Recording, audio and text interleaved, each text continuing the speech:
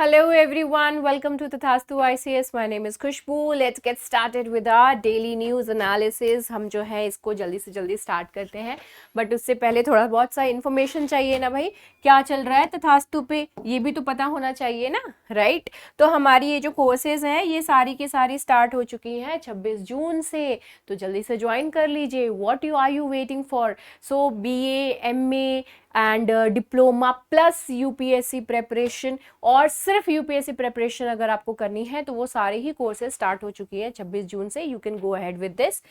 Scholarship test के results तो आप सभी को मिल ही गए होंगे. ऐसे enhancement programme, philosophy optional and philosophy score enrichment programme, ये सारे प्रोग्राम्स भी जो हैं वो चल रहे हैं. एंड अपार्ट फ्रॉम दैट, अगर आप सिर्फ स्पेशली एनसीईआरटी की कोर्स जो है वही सिर्फ परचेज करना चाहते हैं तो that is also available. Okay, तो वो भी अवेलेबल है. एंड ये सारा ही इंफॉर्मेशन, सभी कोर्सेज से रिलेटेड इंफॉर्मेशन आपको tathastuics.com जो है इस पे मिल जाएगा, या फिर जो है आप इन नंबर्स पे कॉल कर सकते हो. If you have any queries आप हमारे ऑफिस पे भी विजिट कर सकते हो. Okay, so this is the information which you are getting. ना अपार्ट फ्रॉम दैट, वो लोग पूछ रहे थे कि मैम हमारा ये जो एनालिसिस जो है ये क्या टाइम है, एक फिक्स करके बता दीजिए. तो टाइम है भाई बच्चा लोग 7 PM. कभी कभी जो है वो लेट हो जा रहा था, तो आई विल बी ट्राइंग कि इस चीज़ को अवॉइड किया जा सके, ठीक है. बट वैसे जो टाइम है वो 7 बजे है, और 8 बजे आपका MCQs वाला जो पोर्शन होता है ना वो आ जाएगा, ठीक है. चलो, तो पहला हमारा जो टॉपिक है जो कि अभी बहुत ज़्यादा हॉट टॉपिक हो रखा है, एंड वो हॉट टॉपिक कौन सा है? Uniform civil code. ये जैसे ही सामने आता है वैसे ही जो डिबेट एंड बहुत सारे जो है प्रो अगेंस्ट वाली चीज़ें वो स्टार्ट हो जाती हैं. तो हमको ये बेसिकली जानना है कि UCC यानी यूनिफॉर्म सिविल कोड जो है वो क्या है. इसका पूरा मेंस प्री का जो टाइप का पर्सपेक्टिव है वो हम लोग सेपरेटली करेंगे. ये न्यूज़ का एनालिसिस है, एंड UCC से रिलेटेड जो है मैं आपको एक ओवरव्यू जो है यहाँ पर फिलहाल बता देती हूँ, ठीक है. तो यहाँ पे मोदी जी जो है वो कह रहे हैं कि हमको UCC जो है उसको सपोर्ट करना चाहिए, उसको लेकर के आना चाहिए. यूनिफॉर्म सिविल कोड, एक देश एक कानून जो है उसके बिना पर he is saying this thing. Okay, तो मोदी जी ने ये भी चीज कहा है कि supreme that he pitched for UCC is on the same lines as center's affidavit in the Supreme Court. So Supreme Court में जो एफिडेविट डाली गई थी उसी के हिसाब से ही जो है UCC वो भी वही चीज है जो वहां पर बोला गया है. तो इसको बैकिंग बेसिकली मिल जाती है हमारा ये जो आर्टिकल 44 है उससे रिलेटेड. खैर, हम यहाँ पे देखते हैं कि ये पूरी आर्टिकल जो है वो बेसिकली मतलब ये पूरा सीन जो है वो क्या है एंड ऑल. खैर, The call for a UCC has been a part of political and legislative debate. अब ये जो है कह रहे हैं कि कॉन्स्टिट्यूशन जब हमारा आया था तो उसी में ही UCC लेकर के भी आए हुए थे, राइट. उसमें ये चीज़ कहा गया था कि यूनिफॉर्म जो कोड है एक वो आना चाहिए हमारे देश के लिए, ठीक है. तो ये जब से कॉन्स्टिट्यूशन का जो फॉर्मुलेशन हो रहा था, बन रहा था, उसी टाइम पीरियड से इस चीज़ को लेकर के सारी चीज़ें जो है वो चल रही थी कि यूनिफॉर्म सिविल कोड जो है वो आना चाहिए, नहीं आना चाहिए, क्या करना चाहिए, क्या नहीं करना चाहिए. काफ़ी टाइम जो है वो गवर्नमेंट इसको करने के लिए आगे बढ़ती है, लेकिन फिर 4 कदम पीछे की तरफ आ जाती है, वो नहीं कर पाते हैं. ओके, तो ये सारी चीज़ें क्यों नहीं हो पाती हैं? बिकॉज बहुत सारा अपरोर जो है वो हमको देखने के लिए मिलता है हमारी कंट्री में. Supreme Court has also emphasise the need for the UCC. Supreme Court ने भी कहा है कि भाई देखो गोवा ने जो है वो कितने अच्छे से UCC को अप्लाई करके रखे हुए हैं. तो ये जो यूनिफॉर्म सिविल कोड है ये पोर्चुगीज के टाइम पीरियड से ही गोवा में चल रही है. इससे कोई फर्क नहीं पड़ता है कि क्या रिलीजन, क्या कास्ट, उससे कोई मतलब नहीं है. उसी टाइम पीरियड से जो है गोवा में आज तक UCC जो है वो अप्लाई हो रखा है. तो हमको गोवा को एज अ शाइनिंग एग्जाम्पल, एक चमकता सितारा, एक चमकता जो एग्जाम्पल है उसके तौर पे देखते हुए हमको है आगे की तरफ बढ़ना चाहिए, और सिविल कोड जो है यूनिफॉर्म सिविल कोड उसको अप्लाई कर देना चाहिए. अब ये यूनिफॉर्म सिविल कोड जो है वो है क्या, इसका एम बेसिकली क्या है? वही चीज जो मैंने आपको कहा, एक देश एक कानून. ओके, तो ये इसका एम है to provide one law for the entire country. एक देश है ठीक है, सबके लिए एक ही लॉ रहे रिगार्डलेस कि आपका क्या रिलीजन है, ठीक है। So applicable to all religious communities in personal matters, personal matters को लेकर के भी, जैसे मैरिजेस की बात हो गई, इनहेरिटेंस का बात हो गया, डाइवोर्स का बात हो गया, अडॉप्शन की बात हो गई, इन सारी चीजों पे यूसीसी जो है वो एप्लीकेबल होगा।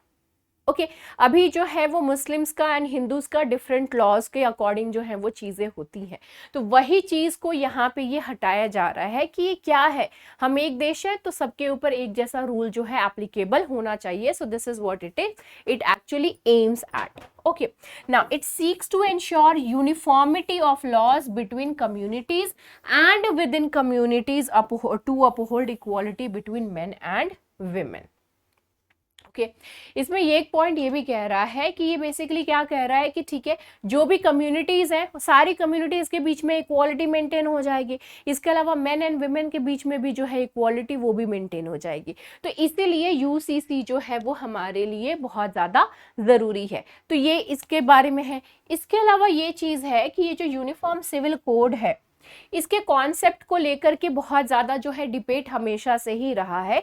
It has been debated in the Constituent Assembly, उस टाइम भी इस चीज़ को जो डिबेट किया गया था, क्योंकि रिलीजियस ग्राउंड पे सबसे ज़्यादा जो है इसमें हमको डिबेट और यू कैन से कि एक अग्रेशन या फिर अगेंस्ट जो है लोग खड़े रहते हैं because of that thing only, with differing opinions on whether it should को एग्जिस्ट और रिप्लेस दी पर्सनल लॉ। पर्सनल लॉ के साथ ही इसको एग्जिस्ट रखना चाहिए, यूसीसी भी रहनी चाहिए, या फिर जो है पर्सनल लॉ को हटा देना चाहिए, सिर्फ यूसीसी रहनी चाहिए। इस चीज़ को लेकर के जो है वो काफ़ी ज़्यादा डिबेट है। यहाँ पर फिर आ जाता है अपना वही फ्रीडम ऑफ रिलीजन।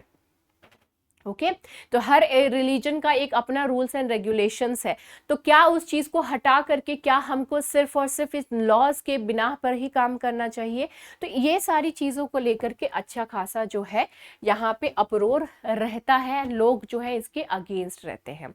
अब कॉन्स्टिट्यूशन में मैंने जैसा कहा कि मेंशन है इस चीज़ को लेकर के, so it is mention in article 44 जो कि डीपीएसपी है, directive principle of state policy. हमारे इंडियन कॉन्स्टिट्यूशन में इस चीज को जो है ये मेंशन किया हुआ है यूनिफॉर्म सिविल कोड को लेकर के।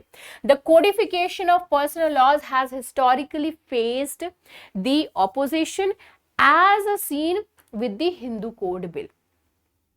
ठीक है, तो यहाँ पे ये कह रहा है कि जो पर्सनल लॉज जो हैं उसके अगेंस्ट भी जो है काफ़ी सारे लोग जो है आवाज़ उठाते हैं।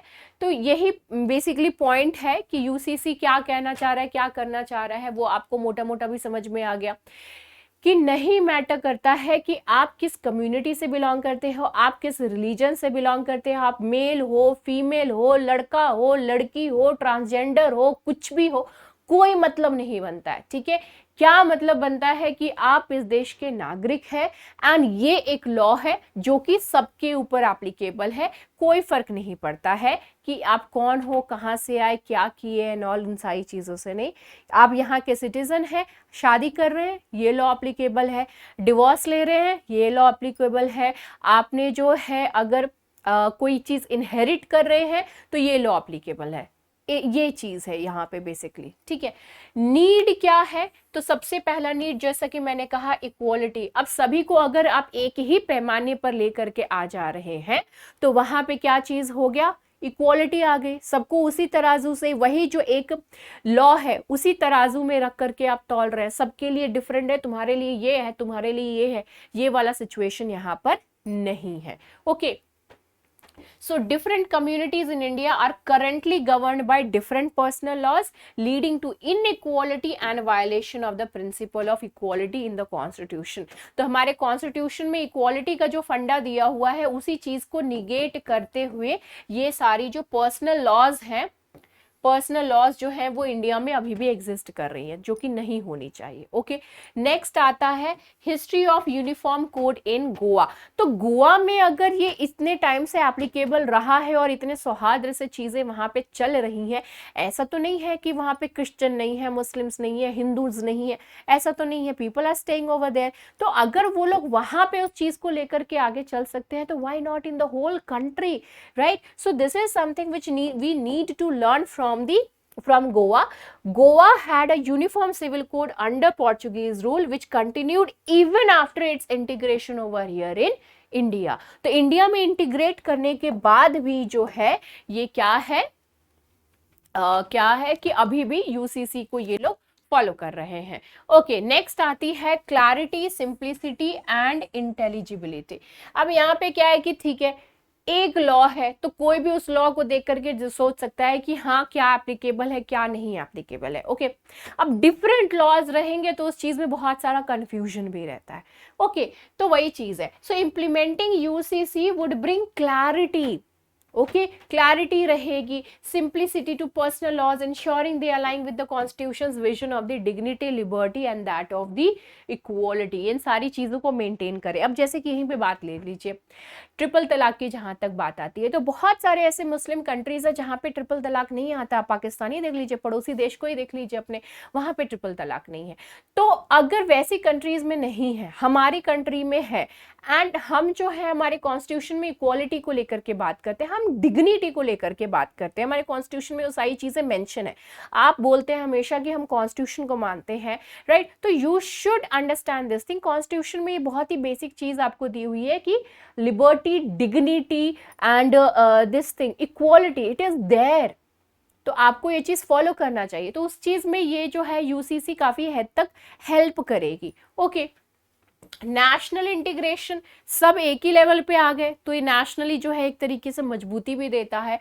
सो ये it would separate religion from personal laws, fostering equality and harmony over there in the society. Next comes the gender justice. Okay, तो अब जेंडर जस्टिस में बहुत सारा ऐसा भी है सिचुएशन जहां पे ये भी चीज दी रहती है कि विमेन जो है वो इनहेरिट नहीं कर सकते हैं। ओके, तो यूसीसी के आने की वजह से इनहेरिटेंस जो है वो भी थोड़ा सा आसान हो जाएगा। So it would remove discriminatory provisions in the personal laws, जहां पे ये कहा जाता है कि विमेन इनहेरिटेंस नहीं, वो जो है जायदाद में हकदार नहीं हो सकती है, तो वो वाला चीज जो है वो हट जाएगा। ठीक है, in matters such as inheritance, property rights and even there in the guardianship. So इन सारी चीजों में जो है women को एक तरीके से जो है equality मिलेगी। So for that also we need UCC. Freedom of choice. Okay, a religion neutral personal law would support intercaste and interreligious marriages and provide protection for such couples as well. As of now आप India में देख रहे हैं कि बहुत सारे लोग अब इस चीज को लेकर के लव मैरिजेस बहुत ज्यादा हो रही हैं। ठीक है, तो यहाँ पे intercaste and inter religious marriages भी हो रहे हैं। तब जब इंटर रिलीजियस मैरिजेस हो रहे हैं, इंटरकास्ट मैरिजेस हो रहे हैं, तो जो रूल्स एंड रेगुलेशंस डिफरेंट है काफी सारी चीजों को लेकर के, एंड ये एक तरीके से ये जो यूसीसी आएगा तो इस चीज को, इस टाइप की चीजों को जो है ये सपोर्ट भी करेगी। So in a way we need this thing. So यहाँ पे हमने देख लिया ये पूरा का पूरा कि बेसिकली हमको इसकी जरूरत क्या है। ओके, चैलेंजेस क्या आ रहे हैं यूसीसी को लेकर के? Legal pluralism. ओके, यहाँ पर जो है ठीक है यूनिफॉर्म सिविल कोड को बोल रहा है कि ये एक देश एक कानून जो है, ठीक है, वो तो चीज है, लेकिन हमारे यहाँ पे डाइवर्सिटी भी तो बहुत ज्यादा है। Okay, and amendments within secular civil laws across that of the states. Okay, there are still diversities and amendments within secular civil laws across the states. State wise भी जो है, जो भी civil laws है उसमें भी काफी सारी चीजों को लेकर के differences है, तो उसका क्या करेंगे, वो कैसे हैंडल होगा, राइट? तो यहाँ पे वो चीज को लेकर के क्वेश्चन रेज कर रहा है। Now the next is that contradictory provisions in the constitution. Constitution में भी जो है कॉन्ट्रडिक्शन है, जैसे कुछ ऐसे आर्टिकल्स हैं जो कि एक्सेप्शंस प्रोवाइड करती हैं एंड प्रोटेक्शंस भी देती हैं स्टेट्स को regarding family law, creating complexities in the achieving the uniformity. Family laws को लेकर के है यहाँ पर बात हो रहा है। Next is the plurality and the diversity. यहाँ पे लोग जो सबसे ज्यादा बेसिकली पॉइंट रेज कर रहे हैं वो इसी चीज को लेकर के कर रहे हैं, प्लूरलिटी एंड डाइवर्सिटी को लेकर के, क्योंकि लोग इसी चीज को लेकर के क्वेश्चन रेज कर रहे हैं कि जो हमारी रिलीजियस बिलीव्स हैं, ओके, हमारी जो रिलीजियस बिलीव्स हैं, हमारी डॉक्ट्राइन्स है, आप इनको निगेट कर रहे हो, you are attacking on us, because of this thing. तो वो एक सबसे बड़ा चैलेंज है कि आप कैसे इन सारी चीज़ों को, इनके जो क्वेश्चन है, कंसर्न है, उसके ऊपर आप मतलब किस तरीके से अंकुश लगाए, या फिर आप किस तरीके से इनको सेटिस्फाई करें, अंकुश नहीं सेटिस्फाई, इनके जो क्वेश्चंस है आप उसको किस तरीके से सेटिस्फाई कर पा रहे हो और कैसे लेकर के आगे फिर आगे बढ़ोगे आप। ठीक है, तो यहाँ पे जो रिलीजियस बिलीफ्स और डॉक्ट्राइंस को लेकर के जो थ्रेट लोग बता रहे हैं, उसको आप इन ये जो सबसे बड़ी चैलेंज है, आप इसको किस तरीके से लेते हो, कैसे आगे बढ़ोगे। Maintaining the plurality of the Indian society. Next comes the Indian secularism. अब यहाँ पे ये चीज है कि इंडियन सेक्युलरिज्म का मेन सेंस ये रहता है कि that it aligns with the spirit of Indian secularism which recognises and preserves different identities within our united India. So India is like diversity ना, ढेर सारी डाइवर्सिटी है इंडिया में, राइट। तो वो आई मीन ढेर सारी नहीं, बेसिकली डाइवर्सिटी है यहाँ पे। तो वो जो डाइवर्सिटी है, वो चीज़ को देखते हुए आप किस तरीके से सबको एकजुट में भी बांधे रहो और उनकी अपनी जो यूनिकनेस है वो भी बने रहे, एंड प्लस आप उस लॉ से एक साथ उनको बांध करके भी रखे रहो। तो कैसे उस चीज़ को लेकर के आगे चलोगे, वो भी एक बहुत बड़ा क्वेश्चन यहाँ पे आ जाता है। इशू ऑफ ड्राफ्टिंग, कि द लैक ऑफ गाइडलाइंस और a vision document for drafting the UCC possesses a challenge. Concerns of the minorities are also there, कि वो अपनी आइडेंटिटी खो देंगे। ऑब्वियस सी बात है कि ये कंसर्न्स रहते हैं लोगों के कि अगर ये आता है, हमारे रूल्स एंड रेगुलेशंस, हमारे लॉज जो हैं वो चले जाएंगे, तो हमारी आइडेंटिटी का क्या होगा, हमारा जो इनसिक्योरिटी हम जो फील कर रहे हैं, हम जो मार्जिनलाइज हो जाएंगे, उन सारी चीज़ों का क्या होगा। तो ये सारी पॉइंट्स को लेकर के एक बहुत बड़ा जो है वो क्वेश्चन मार्क यहाँ पर जो है वो रेज हो रहा है। ये सारे पॉइंट्स बहुत अच्छे हैं, आप अपने इससे पहले जो मैंने बताए और अभी जो मैंने बताए, इन सारा का इस्तेमाल जो है आप अपने मेंस में एक तरीके से कर सकते हो। सुप्रीम कोर्ट का जजमेंट क्या आता है 1985 से, ठीक है, सिंस 1985। तो इंडियन जुडिशरी जो है वो काफी हद तक एक सिग्निफिकेंट रोल प्ले करती है यहाँ पे यूसीसी को लेकर के थ्रू वेरियस जजमेंट्स। कोर्ट ने हाईलाइट किया है that the court has highlighted the importance of UCC. ठीक है कि हाँ, जो हमारे नेशनल इंटीग्रेशन के लिए यूसीसी जो है वो बहुत ज्यादा जरूरी है, but and removing contradictions based on the ideologies. So UCC जो है वो एक तरीके से हमारी आइडियोलॉजीज जो डिफरेंट कॉन्ट्रडिक्टरी है उस चीज को रिमूव करना, नेशनल इंटीग्रेशन जो है इस चीज में हेल्प कर सकती है। तो यहाँ पे भी अगर आप देखें तो सुप्रीम कोर्ट कहीं ना कहीं जो है ये यूनिफॉर्म सिविल कोड को लेकर के सपोर्टिंग पोजीशन में है। ओके, अब यहाँ पे सेक्युलर, जब भी यूसीसी की बात आती है तो सेक्युलरिज्म जो है वो बहुत ज्यादा हाईलाइटेड होने लगता है कि secularism is a central to the discussion of the UCC. And यहाँ पे इस चीज को लेकर के अलग अलग इंटरप्रिटेशंस है, ठीक है, इन सारी चीजों को लेकर के डिफरेंट इंटरप्रिटेशंस है। कुछ कहते हैं कि जो पर्सनल लॉज हैं ये एक इंटीग्रल पार्ट है रिलीजन्स का, ठीक है, एंड उनके कल्चर का। जो भी पर्सनल लॉ है, हिंदू पर्सनल लॉ, मुस्लिम पर्सनल लॉ, ठीक है, तो उनका जो ये पर्सनल लॉ है वो बेसिकली उनकी आइडेंटिटी है, उनका ये एक इंटीग्रल पार्ट है उनके रिलीजन का, ठीक है। While others assert that UCC does not violate the religious freedom. अब कुछ लोग कहते हैं कि भैया रिलीजियस फ्रीडम को ये किसी भी तरीके से ये नहीं कर रहा है, क्या नहीं कर रहा है, वायलेट नहीं कर रहा है। ओके, तो ये जो कुछ डिबेट है ये बहुत ही खतरनाक वाले डिबेट है, लेकिन इन डिबेट्स को किस तरीके से लेकर के सरकार आगे चलेगी। तो हालांकि उन्होंने इस चीज को लेकर के अपनी आप लोगों की राय मांगी है। So if you want to put in your thought, अपना बोलना चाहते हो तो ऑफिशियल वेबसाइट पे जाकर के आप इसमें अपने जो भी थॉट्स हैं आप वहाँ पे उसको दर्ज करा सकते हैं। कुछ आप चाहते हैं कि चेंज हो तो वो सारी चीजें भी आप वहाँ पे कर सकते हैं। ओके, नाउ द कंक्लूजन में ये चीज यहाँ पे है कि the state has taken steps towards the UCC की तरफ, वो कहीं ना कहीं धीरे धीरे करके जो है अपने कदम बढ़ा रहे हैं यूसीसी की तरफ, एंड बट फेसेस चैलेंजेस। अब वो चैलेंजेस सबसे ज्यादा कहाँ पे आ रहा है, सेक्युलरिज्म, रिलीजन, इक्वालिटी, इन सारी चीजों को लेकर के सबसे ज्यादा जो है चैलेंजेस यहाँ पर ये फेस कर रहे हैं। खैर, तो इस सबसे पहले तो लोगों के बीच में अवेयरनेस जो जनरेट करने की बहुत ज़्यादा ज़रूरी है कि उसके प्लस माइनस इम्पैक्ट बताइए कि अगर यूसीसी आता है तो उससे कितनी सारी चीज़ें जो है वो अच्छी हो सकती है और क्या चीज़ें जो है वो एक्चुअली में गड़बड़ हो सकती हैं। तो ये तो गड़बड़ तो वैसे सरकार वैसे भी नहीं बताएगी, है ना। तो what we are suppose to do, we are suppose to know कि एक्चुअली में क्या चीज़ें जो है वो ठीक है, ठीक है। तो वो अवेयरनेस जनरेट करना बहुत ज़्यादा ज़रूरी है।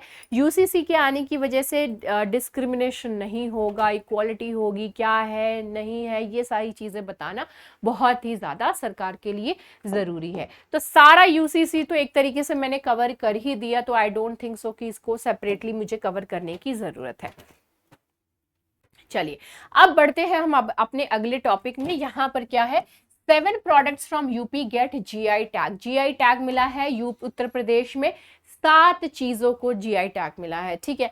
अब ये जो ये रजिस्ट्री हो गई है, खैर लेट मी शो यू कि कौन कौन सी चीजें हैं जिसमें कि इसको मिला है। तो अमरोहा ढोलक मिला है, बागपत होम फर्निशिंग इसको मिला है GI tag, Barabanki handloom product को मिला है, कल्पी हैंडमेड पेपर, ये देखिए कल्पी हैंडमेड पेपर जो है इसको मिला है। Then comes your Mahoba Gaura पत्थर हस्तशिल्प। तो ये हस्तशिल्प जो है ये आप लोगों ने जरूर देखे होंगे, इस चीज को तो पक्का आप लोगों ने देखा होगा, है ना। तो इस चीज को भी जीआई टैग मिल गया है। और उसके बाद मैनपुरी तरकाशी, इसको भी जीआई टैग मिला है, ठीक है। उसके बाद आता है सांभल हॉर्न क्राफ्ट। तो जो डेड एनिमल्स हैं उनके हॉर्न के ऊपर इस तरीके से क्राफ्ट, हैंडमेड जो क्राफ्ट किया हुआ है, चीजें बनाई हुई हैं, तो उस चीज को लेकर के जो है ये भी इसकी यूनिकनेस है, ठीक है। तो इसको भी जो है एक तरीके से जीआई टैग मिला हुआ है, ठीक है। तो ये सारी जो है खूबसूरत चीजें जिनको जीआई टैग मिली है, this is really very good news for these people जो कि इसमें काम कर रहे हैं, ठीक है। चलिए अब यहाँ पे हमारा काम हो जाता है कि भैया जीआई टैग है क्या, राइट। जीआई टैग है क्या। तो जीआई टैग बेसिकली दिया जाता है, ये एक इंडिकेशन है जिससे ये पता चलता है कि ये जो गुड्स हैं, ठीक है, जो भी सामान है उसकी कुछ स्पेशल कैरेक्टरिस्टिक है, कुछ ना कुछ स्पेशल चीज है, उसके बारे में कुछ ना कुछ स्पेशलिटी है, तो वो चीज होती है इसमें, ठीक है। So with special characteristics originating from a specifical geographical territory, कि ये कुछ स्पेशल चीज है, ठीक है। एंड वो स्पेशल चीज जो है वो उस जगह से है, ठीक है। रसगुल्ला हो गया, है ना, चिकनकारी हो गई लखनऊ की, राइट। तो इस टाइप की चीजें, अभी ये अमरोहा का ढोलक हो गया, है ना।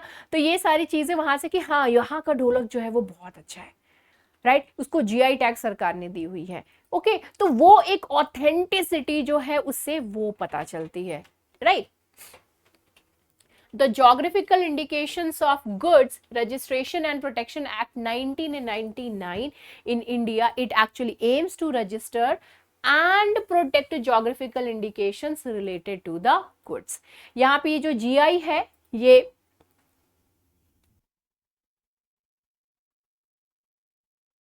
ये जो GI है it is govern by the WTO agreement, ठीक है। जो WTO अग्रीमेंट है जिसमें कि ये ट्रिप्स आता है, trade related aspects of intellectual property rights, okay.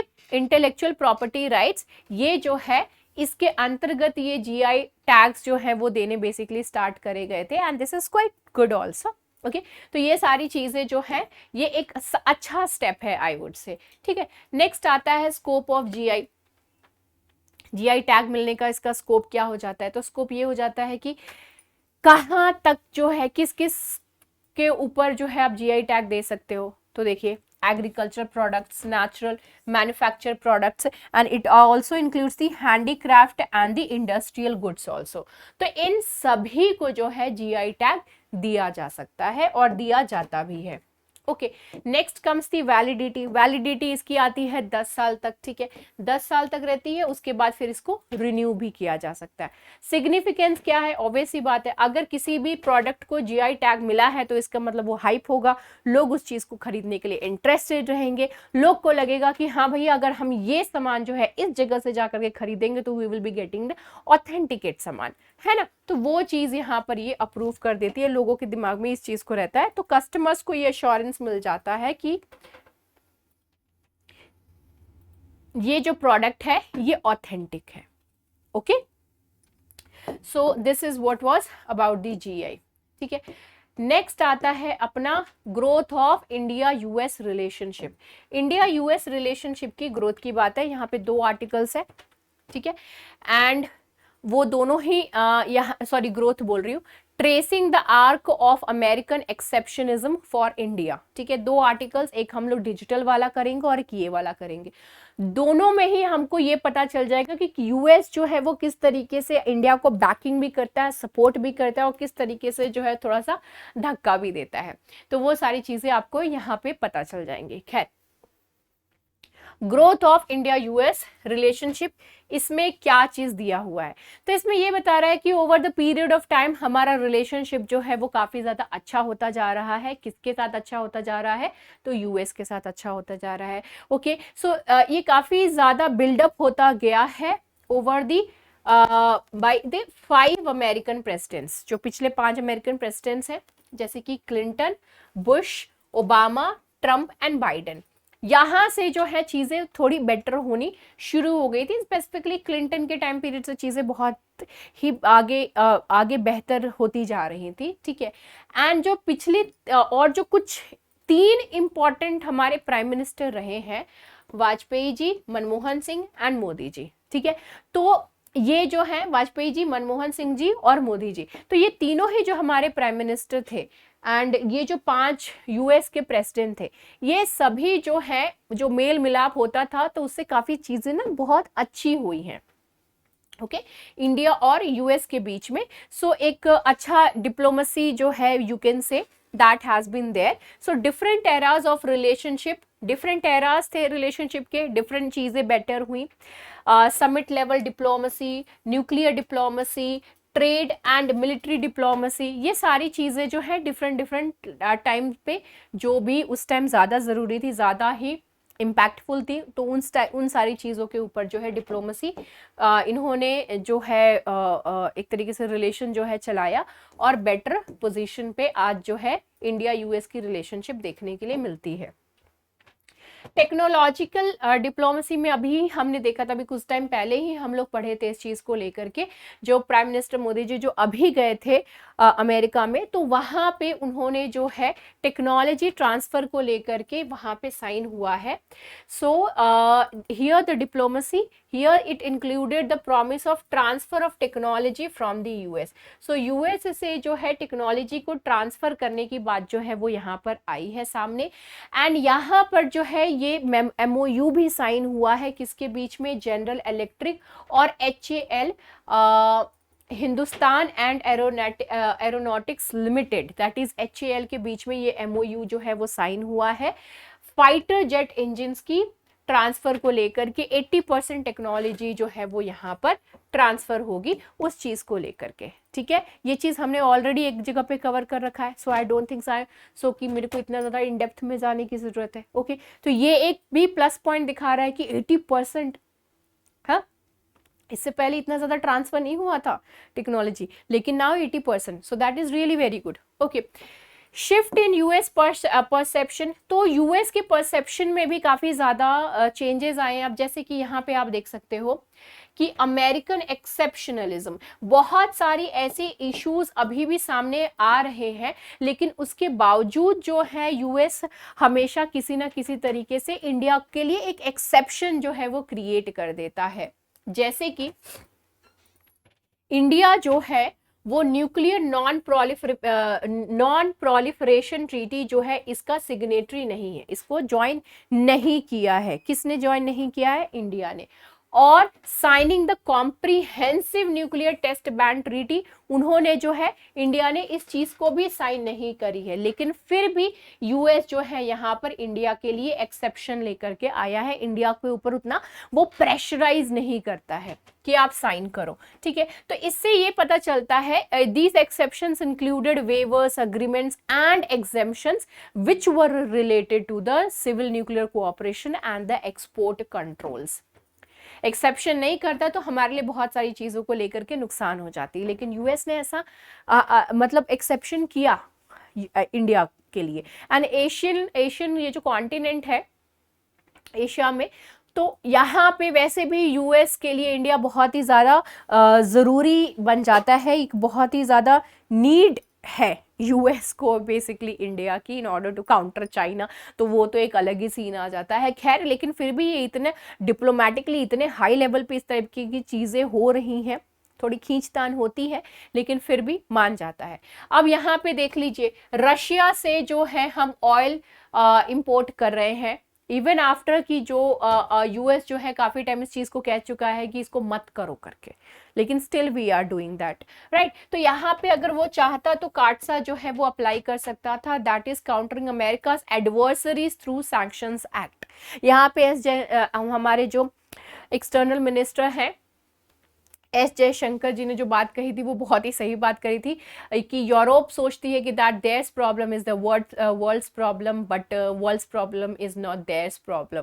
तो ये जो बात कही थी वो बहुत ही सही बात एक्चुअली में उन्होंने कहा था। तो not only it's true not only about the US, but it's true also for US, ठीक है। तो वो अगर आप जो है उनके किसी चीज के अगेंस्ट में जाते हो तो इट मीन्स दैट कि आप तो पूरी दुनिया के अगेंस्ट चले गए, अब तो आपके साथ ऐसा होगा वैसा होगा, तो वो वाला चीज यहाँ पे तो जो भी काउंटर करेगा उसके ऊपर काटसा लग जाएगा। लेकिन इंडिया को जो है इस तरीके की चीजें का फेस नहीं करना पड़ा despite importing oils from the Russia.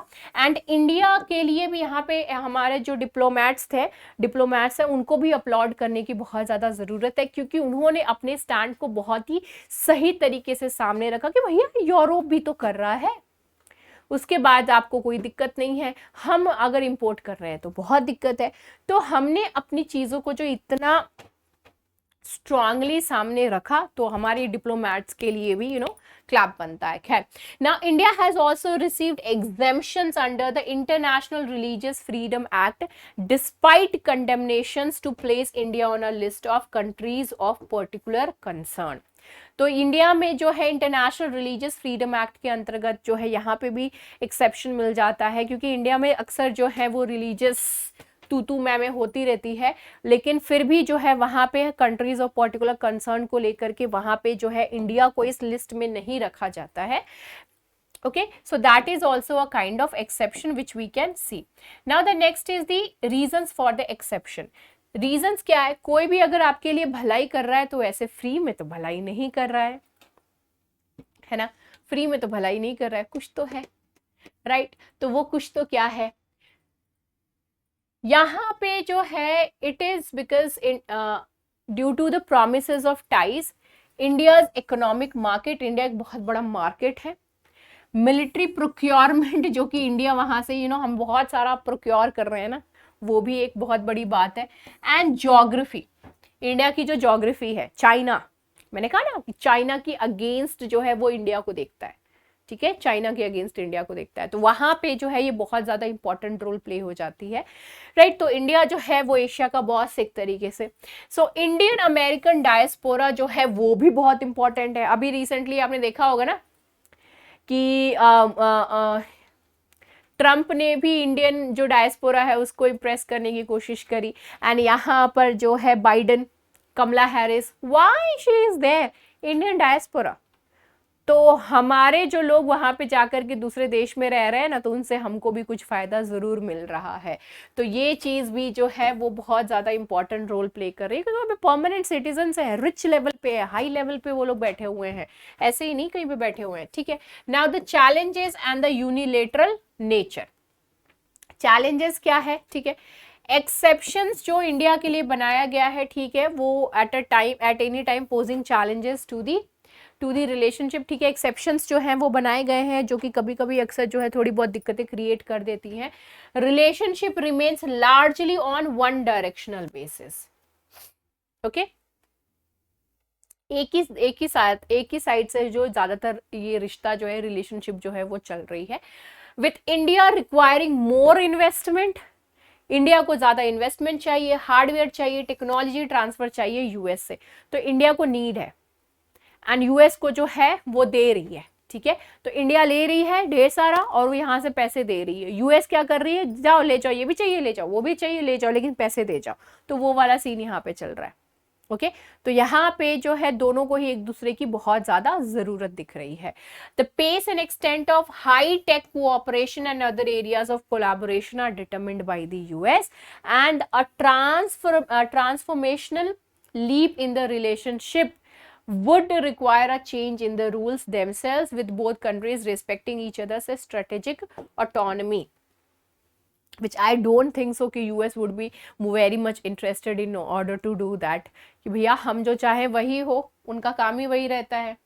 Next is the a model for quality and inclusive education. Right. तो यहाँ पे क्या है, तमिलनाडु का यहाँ पे जो है नेशनल इंस्टीट्यूशन रैंकिंग फ्रेमवर्क जो है उससे रिलेटेड ये पूरी की पूरी एडिटोरियल है. उसमें हम बात करेंगे कि रैंकिंग किस किस बेसिस पे हुई है एंड कहाँ पे कौन सा स्टेट जो है वो स्टैंड करता है. राइट. तो यहाँ पे लॉर्ड किया जा रहा है तमिलनाडु का जो हायर एजुकेशन को लेकर के जो पॉलिसी है उस चीज को लेकर के they are lording this thing. ठीक है. So Tamil Nadu consistently ranks high in providing quality and inclusive higher education. So Tamil Nadu का क्या सीन चल रहा है कि वो जो है वो हायर एजुकेशन पे काफी अच्छा परफॉर्म कर रही है, क्वालिटी एजुकेशन दे रही है. ठीक है. एंड इंक्लूसिव भी है. So lot many people are also studying. Right. Now यहाँ पे ये जो काम आ रहा है वो काम आ रहा है स्टेट का जो मोटो है वो क्या है, development with the social justice. Okay. तो यहाँ पे ये कह रहे हैं कि तमिलनाडु का जो मॉडल है उससे हमको सीखने की जरूरत है. ओके. तो यहाँ पे जो नेशनल इंस्टीट्यूशन रैंकिंग फ्रेमवर्क है जो ये रैंक करते हैं इंस्टीट्यूशंस को, तो उसके पीछे कोई ना कोई पैरामीटर्स होंगे, कोई ना कोई मापदंड होंगे. तो वो मापदंड कौन से हैं, वो पैरामीटर्स कौन से हैं, तो 5 पैरामीटर्स हैं. ठीक है. Teaching, learning and resources, graduation outcome, research and professional practices, outreach and inclusivity and perception. Okay. तो ये सारे जो पैरामीटर्स हैं इनकी बेसिस पे जो एनआरएफ जो है वो रैंकिंग करती है इंस्टीट्यूशंस की. ओके. रैंकिंग करती है. नाउ द पार्टिसिपेशन कैसे होता है, जो कॉलेजेस हैं वो पार्टिसिपेट करती है इस चीज में. NIRF जो रैंकिंग है they participate in this thing and लोग जो और जो कॉलेजेस हैं they are very actively participating in this. ठीक है. बहुत ही एक्टिवली जो है वो इसमें पार्टिसिपेट कर रहे हैं. Participating colleges are likely to be of good quality. जो अपने से खुद जा रही है, पार्टिसिपेट कर रही है. ठीक है. नहीं मेरे को तो रैंकिंग चाहिए करके, तो अगर खुद से कोई चाह करके रैंकिंग कर लेने के लिए चाह रहा है तो it means what, it means कि वो गुड क्वालिटी मानती है. एंड अगर जो है वो पीछे भाग रहा है कि नहीं नहीं यार, तो इट मीन्स कहीं ना कहीं उस कॉलेज में क्या है, क्वालिटी अच्छी नहीं मिल रही है. Okay. While non participating colleges may lack quality. यही रीजन है ना कि जिसकी वजह से वो रैंकिंग नहीं चाह रहे हैं. और क्या रीजन हो सकती है ना. तो क्वालिटी के ऊपर जो है यहाँ पे क्वेश्चन रेज कर रहा है. ठीक है. अगर आप जो टॉप 100 रैंकिंग में अगर आ जाती है कॉलेज, तो वो काफी ज्यादा रेप्यूटेड हो जाती है और वहां पे एडमिशन की डिमांड जो है वो काफी ज्यादा इंक्रीज हो जाती है. टॉप 100 में है ना. राइट. सो अच्छी कॉलेज मीन्स अच्छी placement. So that is a big deal for the students and as well as for the colleges also. Share of colleges, Tamil Nadu में जो है सबसे ज्यादा 35 कॉलेजेस जो है वो टॉप रैंकिंग में आए हैं. उसके बाद आती है दिल्ली 32, केरला 14, बंगाल जो है वहां पे 8. ठीक है. ये जो चार स्टेट्स है, इन चारों स्टेट्स का मिलाकर के 89% जो टॉप कॉलेजेस है वो इन्हीं 4 स्टेट से ही आ गए. तमिलनाडु, दिल्ली, केरला एंड वेस्ट बंगाल. यहीं से 8 कॉलेज, यहीं से जो है 89% ऑफ कॉलेजेस जो है वो आ गई. ओके. अब स्टेट्स जो है जैसे कि यूपी, बिहार, मध्य प्रदेश, राजस्थान, उड़ीसा. ओके. उड़ीसा. तो ये जो बेसिकली स्टेट्स है, यहाँ से किसी भी तरीके का कोई भी रिप्रेजेंटेशन नहीं आया, यानी कि कोई भी कॉलेज अपनी तरफ से नहीं आया कि भाई हमको भी रैंकिंग दे दो करके. तो ये जो है एक कंसर्न वाली बात है कि ऐसा, ये जो पॉइंट है ये क्यों है. ओके. क्यों नहीं आया सामने. तो इस चीज को चेक करना जरूरी है, ठीक है। कंसिस्टेंटली वही बात बोल रहा है कि तमिलनाडु का परफॉर्मेंस जो है वो काफी ज्यादा अच्छा रहा है, टॉप परफॉर्मर्स में से रहे हैं, so that's really very good. Concentration और डिस्पर्शन ऑफ कॉलेजेस, चेन्नई में जो है सिर्फ 26% कॉलेजेस जो हैं accounts for only 26% of top ranked colleges in the Tamil Nadu. तो तमिलनाडु में भी जो चेन्नई है वहां पे सिर्फ 26% कॉलेजेस जो हैं वो टॉप रैंकिंग में आए हैं। ओके यहाँ पे कोयम्बटूर जो है वो चेन्नई को टक्कर दे रही है, एंड तिरुचिरापल्ली जो है वो भी बहुत अच्छे कॉलेजेस वहां पे भी पॉइंट आउट कर रहा है कि यहाँ पे जो कॉलेजेस है वो भी काफी ज्यादा अच्छी कॉलेजेस हैं। Okay right, now let's move on to the next. जो मैंने कहा कि टेक्नोलॉजी वाली बात है, एक तो हमने एक दूसरे के एक्सेप्शन की बात कर ली कि यूएस जो है एक्सेप्शन कर रहा है, अब दूसरी तरफ क्या आ जा रही है, ये चैलेंजेस वाली बात। Okay, the concerns about India US digital trade. Trade तो चल रहा है, ठीक है, अच्छी बात है, ट्रेड तो चल रही है, वेरी गुड, लेकिन what about this concerns? Okay, so we are going to discuss that now. Okay, तो यूएस जो है वो इंडिया का सबसे बिगेस्ट ट्रेडिंग पार्टनर है, ठीक है, ट्रेडिंग पार्टनर है। ओके, बायलैटरल ट्रेड इंक्रीज हुआ है 7.6% टू $128.55 बिलियन इन 22-23। इतना ज्यादा इंक्रीज करके हम इतना ज्यादा जो है ट्रेड कर रहे हैं अमेरिका के साथ, ठीक है। अब यहाँ पे जो है डिजिटल या फिर जो टेक्नोलॉजी सर्विस है वो एज ऑफ नाउ जो हमारा बायलैटरल ट्रेड जो चल रहा है इसमें किसी भी तरीके का कोई डोमिनेंस देखने के लिए फिलहाल तो नहीं मिल रहा है। Okay, it does not currently dominate over here, so this is the scene, ठीक है ना। यूएस जो है it ran $27 billion deficit in trade in digital services with India in 2020। तो 2020 में जो है वो डेफिसिट, ट्रेड डेफिसिट में चला गया था $27 बिलियन को लेकर के, जब डिजिटल सर्विसेज की बात आई थी, सर्विसेज की जब बात आई थी, डिजिटल सर्विसेज। ओके, कंसर्न्स यहाँ पे जो है यूएस के टेक फर्म्स जो रेज कर रहे हैं वो क्या है? कोई भी देश अपना फायदा पहले देखेगी ना, है ना। तो the computer and communications industry association, they said that significant imbalance and misalignment in the US-India economic relationship। हमारा माइंड ही इतना अच्छा है कि क्या करें हम लोग, है ना, क्या करें हम लोग बताओ। तो यहाँ पे कह रहा है कि सिग्निफिकेंट इम्बैलेंस और मिसअलाइनमेंट हो रही है इंडिया एंड यूएस की इकोनॉमिक रिलेशनशिप को लेकर के। यहाँ पे डिजिटल की बात हो रही है, इकोनॉमिक रिलेशनशिप को लेकर के, ठीक है। तो इन्होंने यूएस की जो टेक कंपनीज हैं उन्होंने कहा कि पॉलिसी हर्डल्स और and perceive India's posture as the protectionist, and India भी जो है वो थोड़ा क्लोज टाइप रह रहा है।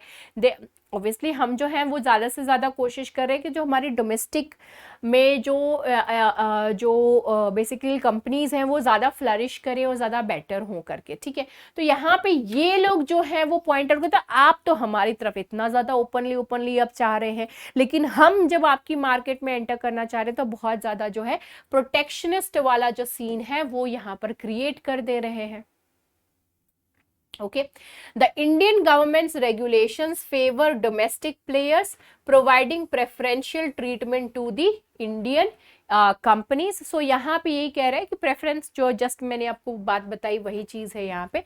Discontent over India's departure from democratic norms and values which makes it challenging for the US companies to operate over here in India. And यहाँ पे जो laws and regulation, rules and regulations जो है वो भी थोड़ा डिफिकल्टी बेसिकली क्रिएट कर देते हैं यूएस की जो कंपनीज हैं उनके लिए। ओके, यूएस की कंपनीज के लिए जो है वो बेसिकली यहाँ पे कंसर्न रेज हो जाती है। Okay, so they are like कि आप हमारे घर में तो आ जाते हो, जब हम आपके घर में आना चाहते हैं तो you are not letting us enter. ये कैसी पॉलिसी है? ओके, तो एंटर करने भी दे रहे तो सिर्फ एक पैर डालने दे रहे आगे की तरफ, बाकी बोल रहे हैं कि बाहर रखो, इस टाइप का हो रहा है। खैर, concerns about the taxation measures, tax को लेकर के भी यहाँ पे इशू है। यूएस टेक फर्म्स जो है they take exception to India's expanded version of the equalisation levy on the digital services.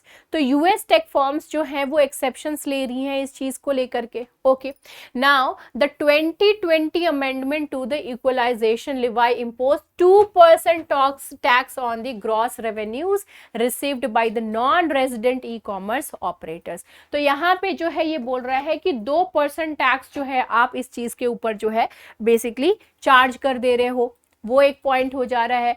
तो इट हैज रेज्ड क्वेश्चंस कि ये डबल टैक्सेशन वाला सीन क्यों कर रहे हो। तो आई टोल्ड यू ना कि लॉज जो है, रूल्स एंड रेगुलेशंस जो है वो बहुत ज्यादा एम्बिग्यूटी और एक तरीके से ना कंफ्यूजन क्रिएट करते हैं। तो इस वजह से भी जो यूएस कंपनीज हैं या फिर जो बाहर की कंपनीज हैं वो इंडिया में अपना अगर कोई चीज ओपन करना चाह रही हैं तो उनके लिए थोड़ी सी जो है वो डिफिकल्टी हो जाती है कि that how we are suppose to do this thing, कैसे करें भाई। हाँ, कि आप जो है हम जो पैसे कमा रहे 2 पैसे वो भी आपको टैक्स भरते भरते सारा निकालते, तो डबल टैक्सेशन वाला जो सीन है इस चीज को थोड़ा हटाओ, इस चीज को लेकर के जो है आप काम करिए। Constitutional validity, compliance with the international obligations and scope ambiguity, तो ये सारी चीजें जो है वो क्वेश्चन यहाँ पर रेस कर रही हैं यूएस कंपनीज इन सारी चीजों को लेकर के। दूसरा बात है concerns about the India's IT rules 2021, यहाँ पे भी वही चीज है। Okay, the IT rules place compliance burdens on social media intermediaries। जो social media intermediaries का केस है ना, तो वो उनके ऊपर भी जो है ये देखिए इस चीज को तो लेकर के कहेंगे कि हाँ भैया गवर्नमेंट जो है वो कर रही है तो कोई गलत नहीं कर रही है ना। तो अगर कोई भी फेक न्यूज जो है, अगर कोई भी फेक चीज है या फिर कोई भी गलत चीज जो है वो अगर सोशल मीडिया पे सर्कुलेट हो रही है तो जवाबदेही तो किसी की तो बननी चाहिए ना, राइट। खैर, तो यहाँ पे ये कह रहा है कि जो कंप्लायंस बर्डन इन्होंने क्रिएट कर दिया है सोशल मीडिया इंटरमीडियरीज के ऊपर और प्लेटफॉर्म्स के ऊपर, एंड जो कि 5 मिलियन से ज्यादा जिस पर रजिस्टर्ड यूजर्स हैं, ठीक है, तो वो ये जो आईटी रूल में ये लोग लेकर के आ गए हैं, ये थोड़ा डिफिकल्टी वाली चीज हो गई है। तो इंडिया में डिफिकल्टी है, बाकी जगह पे डिफिकल्टी नहीं है। खैर, यूएस फर्म्स जो हैं they are subject to impractical compliance deadlines. अब ये कह रहे कि आप प्रैक्टिकल डेडलाइंस दो ना, यहाँ पे इम्प्रैक्टिकल चीजों को लेकर के बात हो रहे हैं। कंटेंट टेक डाउन प्रोटोकॉल्स, कि आपको अगर कभी बोला जा रहा है ये कंटेंट को हटाओ करके, तो वो जो प्रोटोकॉल्स है उस चीज को लेकर के इनको इशू हो रहा है। The requirement of appointing a local compliance officer, एक लोकल कंप्लायंस ऑफिसर, अगर कोई जो है कंप्लेन कर रहा है कि ये इस टाइप की चीज जो है वो गलत है, सोशल मीडिया पे अगर गंदी वीडियो आप डाल रहे हो, राइट, मतलब किसी ने डाली हुई है, अपलोड करी हुई, आप उस चीज को रिपोर्ट कर रहे हो, तो उस चीज को डील करने के लिए होना चाहिए ना कोई कि तुरंत उस चीज को रिजॉल्व करो। There are lot many people who are using it, ठीक है। तो वो चीज जो है किसी ने कंप्लेन करी, किसी का फेक आईडी बन गया, कुछ हुआ है करके, तो उस चीज को भी डील करने के लिए कोई चाहिए। तो एक लिमिटेड टाइम पीरियड जो सेट कर दी गई है उसको लेकर के इनको दिक्कत है, डेडलाइंस को लेकर के दिक्कत है, जो ऑफिसर एक सेपरेट उनको खर्चा दे दिया है उसके लिए इनको दिक्कत है। खैर, major criticism against the establishment of 3-member grievance appellate committees with the power to reverse the content related decisions। तो 3 मेंबर की एक ग्रुप भी बना दो ताकि जो वो लोग जो है जल्दी से जल्दी चीजों को रिजॉल्व कर सके।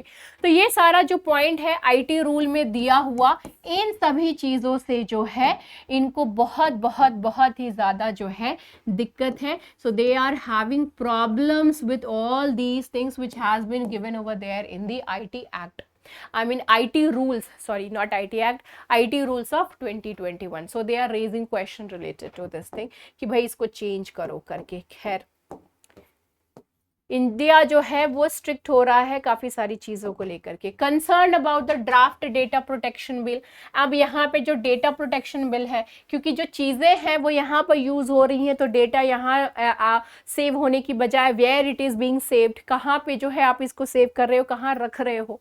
ओके, तो वो जो अगर काम कर रही है सरकार, तो वो भी तो हमारा जानना बनता है ना कि कहाँ के कंप्यूटर्स में आप सेव कर रहे हो, कहाँ क्लाउड में, कहाँ सेव कर रहे हो, कौन से क्लाउड में सेव कर रहे हो, let us know. Okay, ambiguities remain regarding cross border data flows। जो डेटा जो है यहाँ से दूसरी कंट्रीज में जा रही है उस चीज़ से रिलेटेड, कंप्लायंस टाइमलाइंस को लेकर के, डेटा लोकलाइजेशन को लेकर के जो एम्बिग्विटीज है, क्लैरिटी नहीं है, तो वो क्लैरिटी पेश करने के लिए यहाँ पे पॉइंट कर रहे हैं। इंडिया की जो पॉलिसी है डेटा फ्लो को लेकर के, it will actually bring a lot of problem, it will impact data processing on a global level, क्योंकि वो डेटा को बाहर नहीं ले जाने के लिए कह रहे हैं, तो वो ग्लोबल लेवल पे डेटा प्रोसेस करने को लेकर के कंसर्न रेज कर रहे हैं। मैं यही चीज़ तो हमेशा कहती हूँ कि आज के डेट में अगर कोई चीज़ जो है वो सबसे ज़्यादा कीमती, सबसे ज़्यादा वैल्यूएबल है, तो that is data. If something is very much valuable then that is data, right. So वही चीज़ है। Experts question the criteria for notifying countries for cross border data transfers, कि अगर क्रॉस बॉर्डर डेटा ट्रांसफर हो रहा है तो वहाँ पे एक्सपर्ट्स जो है वो लोग जो है क्वेश्चन रेज कर रहे हैं कि ये भाई क्या हो रहा है, कि कैसे करेंगे हम, कैसे क्वेश्चन रेज करेंगे हम, वो सारी चीज़ों को लेकर के, ठीक है। दूसरा कंसर्न हम रेज कर रहे हैं ये लोग टेलीकॉम बिल को भी लेकर के, telecommunications bill 2022, it will be expanding the regulatory ambit to include the internet enabled services, ठीक है। इस चीज़ को अब इसमें जो ये जो इंटरनेट एनेबल्ड सर्विस, इंटरनेट के द्वारा जो सर्विसेज चलती हैं उसके ऊपर भी अब रेगुलेशन की बात हो रही है यहाँ पे, ठीक है। ये एक पॉइंट यहाँ पर आ गया। Now the proposed law subjects platforms to onerous obligations including licensing requirements, government access to data, encryption requirements, possible monetary obligations, ये सारी चीज़ें जो है वो कहने करने के लिए बोल रहा है, मतलब सब चीज़ पे नज़र रखो, all in all, so this is what they are trying to do। तो ये भी इनके लिए एक प्रॉब्लम है, क्योंकि इन सभी चीज़ों को डील करने के लिए they need a team, okay, and for that they have to, obviously what they have to do, they have to set up a team, they have to pay for them, and उन सारी चीज़ों के ऊपर भी नज़र रखना ज़रूरी है ना। तो ये सारी है, तो ये सारी एक तरीके से ये कह रहे हैं कि all these are basically the barriers, हमारे रास्ते में जो रोड़े आप खड़े करके रखे हो ना, तो ऑल इन ऑल ये जो यूएस की कंपनीज हैं ये कह रही हैं कि भैया ये जो आप रूल्स लेकर के आ रहे हो ना, प्लीज़ इसको हटा दो, ये जो आप लॉज लेकर के आ रहे हो ना इसको हटा दो, सारी बैरियर्स हटा दो, हम जो है अपना बिजनेस करें, that's it. All in all तो एक तरीके से यही चीज़ यहाँ से समझने में आ रही है, ओके। नेक्स्ट आ जाता है regulation, registration of birth death by Aadhaar authentication allowed. अब ये जो बर्थ का रजिस्ट्रेशन एंड डेथ का रजिस्ट्रेशन जो है वो अब आधार के थ्रू ही हो जाएगा, तो उस चीज़ को लेकर के यहाँ पर ये बात कही गई है कि अब जो है आधार ऑथेंटिकेशन यूज़ किया जाएगा in order to establish the identity of the child, जिसका बर्थ हुआ है, उसके पेरेंट्स का, एंड जो इंफॉर्मेशन है in case of the births, ठीक है, the parent and spouse and the informant of the case of the informant in the case of the deaths. तो जो डेथ के इन्फॉर्मेंट है उसका पेरेंट्स कौन है, स्पाउस कौन है, बच्चा पैदा हुआ किसका बच्चा है, क्या है, तो वो सारा चीज़ जो है वो डेटा कहाँ से, अब मतलब सारा इन्फॉर्मेशन अब आधार लिंक्ड हो जाएगा। आधार जो है अब यहाँ पे एक बहुत ही बड़ा आधार बन जाएगा ऑथेंटिकेशन करने के लिए, ऑथेंटिकेट करने के लिए, ओके। सो जो ये मीटी है अपनी ministry of electronics and information technology has granted permission for voluntary Aadhaar authentication, and ये ऑथेंटिकेशन भी वॉलंटरी है, सच नहीं है कि आप जो है जबरदस्ती दो आधार अपना, ठीक है, ऐसा नहीं है, ये वॉलंटरी है for verifying the identity details provided during the registration. So जब आप रजिस्टर कर रहे हो तो उस टाइम जो आपको अपना आइडेंटिटी डिटेल्स देना है, तो वहाँ पे आप आधार जो है you can produce your Aadhaar over there, you can use it over there. तो इन्होंने इस चीज़ को लेकर के जो है ऑथेंटिकेशन कर दिया है। सो this is something which is really good which they have done, okay. Voluntary basis पे है तो आई डोंट थिंक सो कि इस चीज़ को लेकर के कोई भी इशू होना चाहिए। So Aadhaar authentication during registration is voluntary, it is not mandatory, ये ध्यान रखना है। Rules for Aadhaar authentication, rules क्या है, ऑब्वियसली बात है कि ऑथेंटिकेट करो लेकिन किसी का भी जो है ये लीक नहीं होना चाहिए इन्फॉर्मेशन, ठीक है। Aadhaar authentication by requesting entities for good governance, prevention of fund leakage and promoting ease of living. तो ये रूल्स जो है वो बेसिकली फॉलो करना है एंड आप ऑथेंटिकेशन जो है वो बेसिकली ले सकते हो यहाँ पे। ओके, नेक्स्ट आता है 84 serving and retired personnel get the awards. So Draupadi Murmu जो है हमारी प्रेसिडेंट, उन्होंने अवार्ड दिया है 84 सर्विंग और रिटायर्ड जो पर्सनल्स हैं आर्म्ड फोर्सेस के और इंडियन कोस्ट गार्ड के, उनको ये अवार्ड जो है वो दी है उन्होंने। और ये अवार्ड्स कहाँ पे दिया है उन्होंने? राष्ट्रपति भवन में दिए हैं। एंड ये अवार्ड्स जो है वो बेसिकली कौन से अवार्ड्स है? तो अवार्ड्स इन्होंने दिए हैं अति विशिष्ट सेवा मेडल, ठीक है, एंड उत्तम युद्ध सेवा मेडल एंड परम विशिष्ट सेवा मेडल। तो ये सारे मेडल्स जो हैं बेसिकली इन्होंने ये सारे मेडल्स जो है वो दिए हैं, ठीक है। यहाँ पे आप देख सकते हैं कि मेडल्स ये कौन से हैं एंड इनका क्या सिग्निफिकेंस है, ठीक है। तो अति विशिष्ट सेवा मेडल ऐसा दिखता है, ठीक है, राइट। यहाँ पे आप ये जो मेडल है इस चीज को आप यहाँ पे देख सकते हो, ठीक है। ये सारा जो है परम विशिष्ट सेवा मेडल ये जो है आप यहाँ पे भी देख सकते हो, ठीक है। एंड ये जो है उत्तम सेवा मेडल, बीच वाला जो है उत्तम सेवा medal, that you can C, okay. ये डिस्टिंग्विश्ड सर्विस के लिए है, ये वॉर टाइम में जो है सर्विस प्रोवाइड करने के लिए, पीस टाइम में जो है सर्विस आप जो है प्रोवाइड करते हैं एक्सेप्शनल ऑर्डर में, तो वहां पे जो है ये वाला मिलता है। नेक्स्ट आता है कि 23, ये सारे प्रीलिम्स के पर्सपेक्टिव से आपके लिए इंपॉर्टेंट है, इससे पहले हमने जितने पढ़े वो ज्यादातर मेंस के पर्सपेक्टिव से हैं। यहाँ पे जो ये चीज आ रही है कि Vande Bharat 23 Vande Bharat trains on tracks but they fail to live up to the promise of the speed. Vande Bharat इतने सारे जो है वो लॉन्च हो गए हैं, लेकिन स्पीड जो है वो बेसिकली उस हिसाब की नहीं मिल रही है। डेटा ये चीज रिवील कर रही है that the average speed of Vande Bharat is not that much as it was suppose to be, ठीक है। मुंबई शिरडी रूट पे जो वंदे भारत चल रही है उसकी स्पीड 64 किलोमीटर पर आवर है एंड वो लगभग 5.5 घंटे जो है वो ले रही है। And at a speed of maximum 110 kilometre the trip का जो टाइम है वो 2 घंटे का होना चाहिए था, लेकिन मुंबई से शिरडी जाने में ये 5 घंटे 25 मिनट जो है वो ले लेती है। एंड ये इतने कोई खास जो है दूरी भी नहीं है इनके बीच में, but still. So here you can see Vande Bharat से रिलेटेड कुछ इंफॉर्मेशन है यहाँ पर, ठीक है। चलो, राइट, वंदे भारत बेसिकली ना स्पीड के लिए ज्यादा जो है इसको यहाँ पे कंसर्न दिया जाता है, राइट। चलो, सो this is it for today's class. भाई आज की क्लास जो है बहुत लंबी हो गई थी क्योंकि बहुत सारा इंफॉर्मेशन था हमारे पास, right. And please do not forget to join our classes. हमारी क्लासेस स्टार्ट हो चुकी है, जल्दी से ज्वाइन कर लो। एनसीईआरटी भी है, उसको भी आप ज्वाइन कर सकते हैं, ओके। चलो, see you in the next class, bye bye, take care.